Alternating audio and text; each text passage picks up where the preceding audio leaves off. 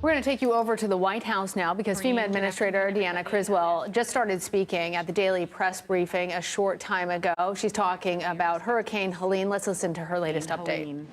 And as I told him, we have been preparing for this storm for a number of days, and we began moving resources into Florida on Monday. I just want everybody to know that this is going to be a multi-state event with the potential for significant impacts from Florida all the way to Tennessee. And the president wants to make sure that everyone is paying attention to the potential life-threatening impacts that this storm may bring. And he has directed me to travel there tomorrow to assess the impacts. The entire state of Florida is under some type of warning right now, whether that's a hurricane warning or a tropical storm warning. And we expect life-threatening flash flooding in the state's north as the storm continues to move north. And so I need everybody to pay attention to their local officials. They're going to have the best information on the specific risks where you are at. We're already seeing impacts in Florida, and the forecast indicates that we could see up to 20 feet of storm surge. So just think back 2 years ago to Hurricane Ian. The peak storm surge from that was 14 feet, and we saw the amount of destruction, and 150 people lost their lives, the majority of them from drowning. So please take this threat from storm surge seriously. Residents that are in these areas, they can still take action. They can take action now to move out of harm's way. And remember that you may only need to go 10 or 15 miles inland to get away from the threat of the storm surge itself, because water is the #1 reason that we see people lose their lives in these storms. So please don't underestimate what the impacts could possibly be. So at the President's direction, we have over 1,100 personnel so far across the federal government supporting the preparedness efforts for this storm. We also have an additional 700 personnel from FEMA that are already in these states supporting other disasters that we can quickly pivot to support any of the response needs as needed. Some of the resources that we have already deployed include 8 search and rescue teams across Florida and Georgia, as well as resources from the Coast Guard, the Department of Defense, to immediately support any life-saving operations as needed. The Army Corps of Engineers has power restoration teams and debris specialists who are going to be able to help restore power and support debris removal operations as soon as it is safe to do so. We have health and medical task forces from Health and Human Services to evaluate the impacts to medical facilities. We have food, water, generators, and tarps that are deployed to staging locations across the region, and so they are easily accessible and movable post-storm. And the Red Cross is actively standing up shelters in areas that are expected to see and feel the impacts from Helene. My regional administrator is currently embedded in the Florida Emergency Operations Center, as well as incident management assistance teams in Florida, Georgia, and Alabama, and we have one currently moving to North Carolina today, so we can ensure seamless communications between the federal government and the needs of the states.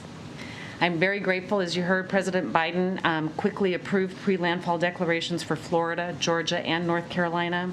And this allows us to immediately provide any of that life-saving support in the coming days. And I'm grateful for the rest of the federal family that is there on the ground working with us side by side as we prepare to support the American people for what is to come over the next several days. I just want everybody to know that the Biden-Harris administration, we are ready for this event. We have aggressively pre-deployed resources.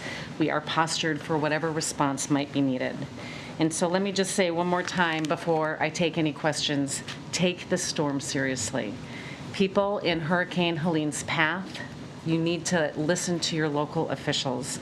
If they tell you to evacuate, please do so. And if they tell you to shelter in place, then that's what you should do. They're going to give you the best information that you can do for your specific situation. Those decisions can save lives. And with that, then I'll take questions.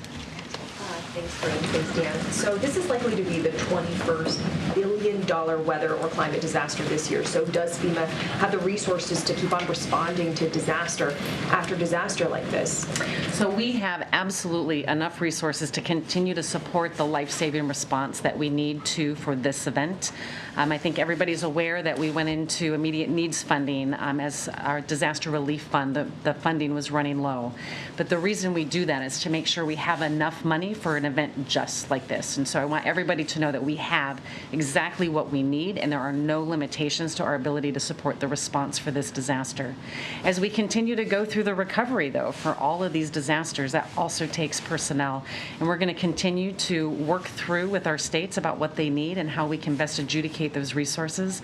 But we are seeing an increase, and we're seeing a strain on our staff with more of them deployed for longer periods of time, helping to support these communities recover. And just also related to the money here, some pretty substantial losses projected in terms of the crop insurance, in terms of the flood insurance. There's no new money in the CR as far as this is concerned. Is there any expectation that you're going to have to go back with a supplemental request? So we did put a supplemental request in with the CR. It does not give us a supplemental at this time, but it gives us the ability to spend the money that was put forth in the president's budget. But we're already through INF $9 billion, close to $9 billion in projects that we have put on hold that we can't reimburse communities for. Once we lift INF and once the CR goes into effect, we'll be able to pay those. But without a supplemental, we will be back in INF probably in the January timeframe. Can you talk more about how widespread you think prolonged power outages will be and what those power restoration teams are doing to prepare? Is there anything they can do proactively, before the storm? So Florida has a really robust plan, and they have really aggressive targets to try to get the majority of people, I forget what the exact percentage is, I think it was 85 or 90% within 48 hours back up. And they have several thousand resources that have been pre-positioned to come in and support Florida Power and Light or the other utilities to help them get the power back on. We expect widespread power outages from this. When we think about Tallahassee, it's got a lot of tree canopy. So those trees are going to come down and impact those power lines, and the debris and the ability to detangle the debris from the power lines is what could take a long time. The power restoration teams, they do a couple of things from the Army Corps. One, they can help us put generators in on critical facilities to help make sure that those facilities have power, but they can also make assessments on how to prioritize some of the work so we know where we need to put our efforts to help the private sector utility companies get the power restored as quickly as possible. Could you talk a little bit about how the response has changed based on the severity of the storms? I think we're seeing an increasing storms with increasing severity. So how does that change the response for you? I mean, I know it's more manpower, but what else? How else does it change? I think the biggest thing is that we want to get things in place early. This is why we've been moving resources into the area since Monday, and we know there's a large population that's really vulnerable in Florida, and so that's why we have so many search and rescue teams that are able to come in and augment the really impressive amount of teams that Florida already has within the state, right? So this is on top of what they already have. And so for us, it's making sure that we are sending more than we think that we'll need, and if I don't need them, I can send them home. What I don't want to do is be short. I want to make sure that I have enough that can support whatever the states might request. Good, MJ. You said that you are headed down there tomorrow. Did you discuss with the president whether it might be possible for him to make the trip down in the coming days? And secondly, is there a single piece of advice or warning that you wish in these kinds of situations people would heed more seriously that you might want to emphasize in this setting? Yeah, so the purpose of my visit is to assess the impacts, and I'll be briefing him on what those impacts are. I'll leave it to Karine to talk with him about what actions he might take. But I think the message is take this seriously. I mean, we look at the cone, and the cone is the wind, but the water is what kills people. And so we need to really look at where this storm surge is going to be in Florida. But Georgia, South Carolina, North Carolina, and those Appalachians, they're going to have up to 20 inches of rain in an area that can have significant flash flooding, and that is really life-threatening, and it comes so much faster than what we see from a storm surge, right? They're going to have less warning once the rain starts there.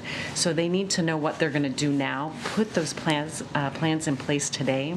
for where they're going to go, how they're going to contact their family and their friends, what they're going to need to take with them, like medicine or power devices for medical reasons.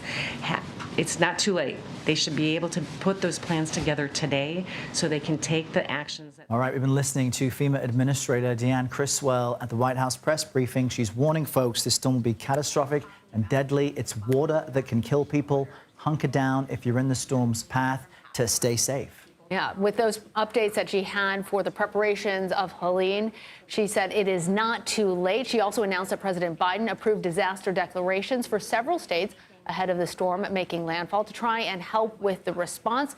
Criswell also says Florida has a plan in place to restore power within 48 hours.